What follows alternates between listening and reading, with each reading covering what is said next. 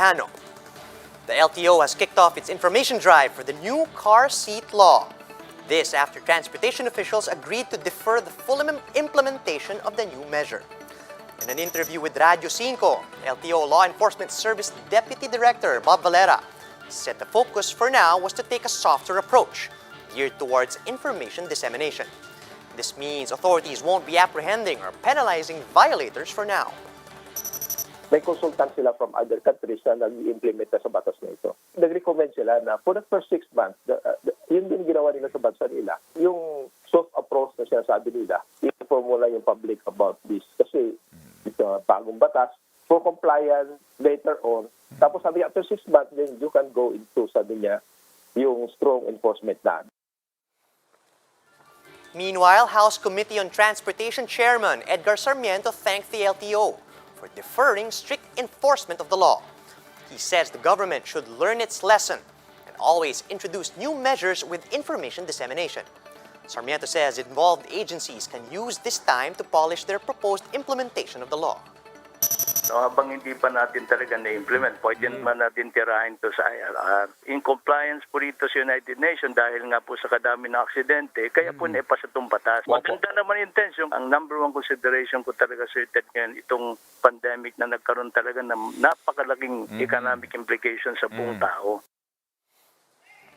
The national government's total outstanding debt stood at 9.8 trillion pesos as of the end of 2020.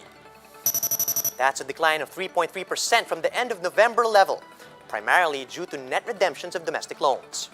From 2019, the national government debt stock grew by over 26%, attributed to higher funding requirements for the pandemic response. For the same period, domestic debt amounted to 6.7 trillion pesos, or 6.9% lower from end November levels. Meanwhile, external debt was 5.4% higher from the previous month.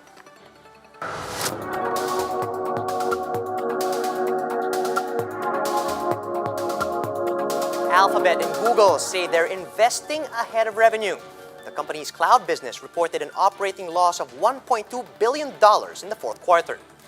Futurum principal analyst Daniel Newman gives his insights on Bloomberg Technology. Results were outstanding with, I think, over half the earnings for the year coming in this most recent quarter. But as I said to you off the air, the cloud was the story of this quarter. My phone was ringing off the hook. People looking for comments about what's going on with the cloud business and the plan to break those numbers out. And we saw its growth coming in at 46% for this quarter. A big growth, over $13 billion for the year. So that was probably the biggest headline for me. I had a good feeling that what Ruth said was going to come true, that the lull in the advertising business was coming back as we're starting to see mobility pick up. We're starting to see more normal behavior, despite the fact that the pandemic is still looming. But I think everyone's eyes were really on this cloud breakout to say, how close is Google really in terms of Azure and AWS? And now we know. It's, not even close to the $12 billion, but it is really vying for that third position alongside the likes of Oracle and IBM. Absolutely. As you point out, cloud revenue up 47%. And, the big question is, when are they going to start focusing on profitability in the cloud versus growth? And I got the sense from her, it's really still all about growth. She said, an important element of our operating laws is that we've been building out our organization ahead of revenue, product portfolio, ramping data centers, ramping sales, all of which enables us to address a very sizable total addressable market. It's interesting that we are talking about this on a day that Andy Jassy has been named the next CEO of Amazon, given that he started that AWS business and Google and Microsoft have been chasing it ever since. What's your take on Jassy taking over at Amazon and how that changes the competitive landscape in cloud? Yeah, so as you said, the forward look about growth and profitability, Google has the luxury. You saw their bottom line results. The company wants to keep pouring gasoline on the fire of growth and investment. The company can do so. This move to bring Andy Jassy, to me, has so much positivity in it. If you look at the performance of Amazon over the past several quarters, AWS is kind of an unsung hero. Everyone thinks about the company for its e-commerce, trucks, drones.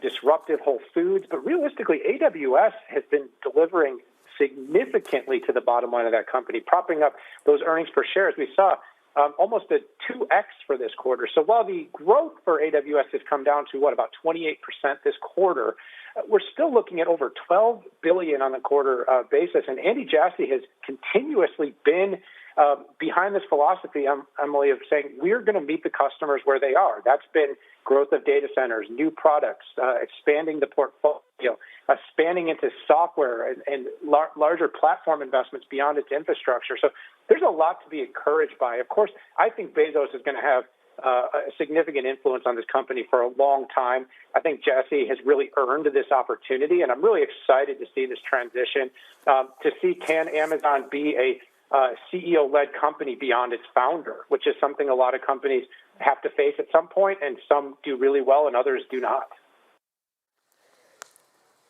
We'll be back with more stories after a quick break. Keep it here on One News.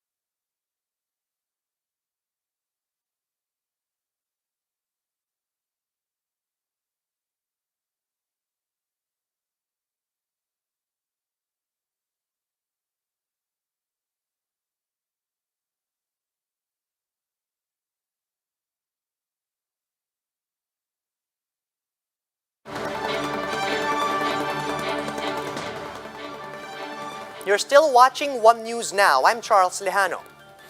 An expert says natural immunity is a possible reason behind the recent drop in global cases of COVID-19. In an interview with One News' The Chiefs, infectious diseases expert Dr. Benjamin Ko said it is plausible that the virus may have weakened on its own as it's transmitted to more people. Ko cited the dramatic decline of cases in countries with high COVID-19 rates like the US and India. The doctor also explained that though the coronavirus is still infectious, it could now be less deadly. The expert also says that natural immunity is possible, as some asymptomatic patients may have already recovered without even knowing that they have been infected. Maybe a lot of us have already built some form of immunity, considering the fact that about 10% are asymptomatic. As of 7:20 a.m. today, global COVID-19 cases stands at around 104 million, while the death toll has reached 2.2 million. The WHO reported, though, that the number of new COVID-19 cases globally has fallen for the third week in a row, as over 57 million COVID-19 patients around the world have already recovered. Here are other vaccine-related stories we are watching today. Scientists gave Russia's Sputnik V vaccine the green light on Tuesday after finding it to be almost 92% effective in preventing COVID-19. These findings are based on peer-reviewed late-stage trial results published in the Lancet International Medical Journal. Experts say the Phase 3 trial results meant the world has another effective weapon to fight the deadly pandemic and justified to some extent Moscow's decision to roll out the vaccine before final data had been released. The results, collated by the Gamaleya Institute in Moscow that had developed and tested the vaccine, were in line with efficacy data reported at earlier stages of the trial, which has been running in Moscow since September. Pfizer is looking to make 2 billion doses of their COVID-19 vaccine in 2021. The company's chief executive, Albert Bourla, says the firm wanted to be conservative with its targets, but is still working on initiatives to exceed that output. Pfizer also said it expects a long-lasting need for COVID-19 vaccines to combat new virus variants that emerge and to boost people's waning immune responses. Back here on the home front, officials are looking for ways to prevent the entry of fake COVID-19 vaccines. This comes on the heels of news that at least 80 people were detained by Chinese police for producing thousands of fake vaccines. Cabinet Secretary Carlo Nograles says vaccine administrators should be diligent in disposing used vaccine vials. We emphasized the need na pagkatapos mabakunahan, kailangan i-crush agad yung vials. Kasi yung maaring gagamitin nilang pang-fake is if they have access to those empty vials at lalagyan ng kung ano-anong, and then start selling them na hindi natin alam anong laman noon.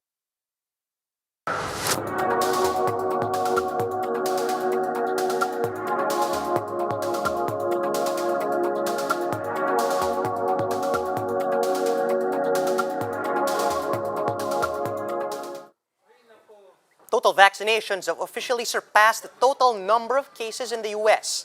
And over in the United Kingdom, COVID-19 cases and fatalities continue to decline. Rachel Chang tells us more about these COVID-19 milestones in this report on Bloomberg Daybreak Middle East.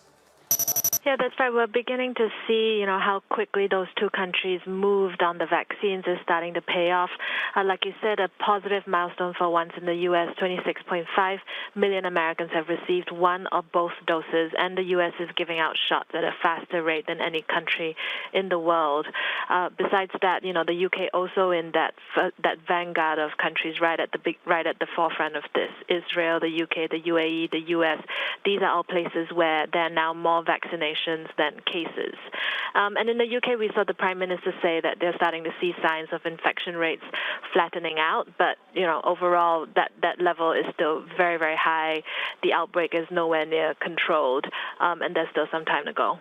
What about Europe? How does that stack up then in comparison? So what we're seeing is that Europe has fallen behind very much the UK and the US, and there has been quite a lot of anger and recrimination in Europe about why they are slower. They have experienced delays with companies saying they can't send as many shots as they earlier thought. And one of the things that's emerging is some blame for the countries basically banding together and letting Brussels take the lead on the vaccination drive, because people are saying that has slowed the individual countries down. And the comparison being made is to the UK, which obviously had a very nasty divorce with the EU, and the UK has moved much faster and is starting to see that pay out. So tremendous pressure right now on European leaders like Angela Merkel in Germany to get those vaccines out.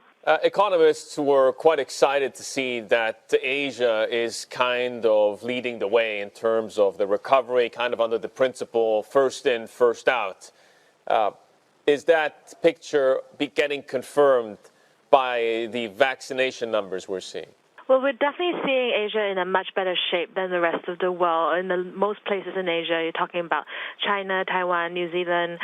These are places where the outbreak has been largely completely controlled and people are living very normal lives. But what we are seeing is that because of that normality, they are slower on vaccinations than in the West, because that sense of urgency and desperation is not present. And so you do see places which are still struggling, like Japan, having to continue being in a state of emergency, for example, because those vaccinations are not coming through yet, and it is on a slower timeline. So for places like that, it's going to be challenging to keep control of the epidemic. And those are the top stories of the hour. Join us later at 1 p.m. as we continue to monitor the day's biggest stories. You can also catch One News on the Signal Play app. Register for a free account now at www.signalplay.com so you can stream One News live anytime and anywhere. I'm Charles Lejano. We're One News.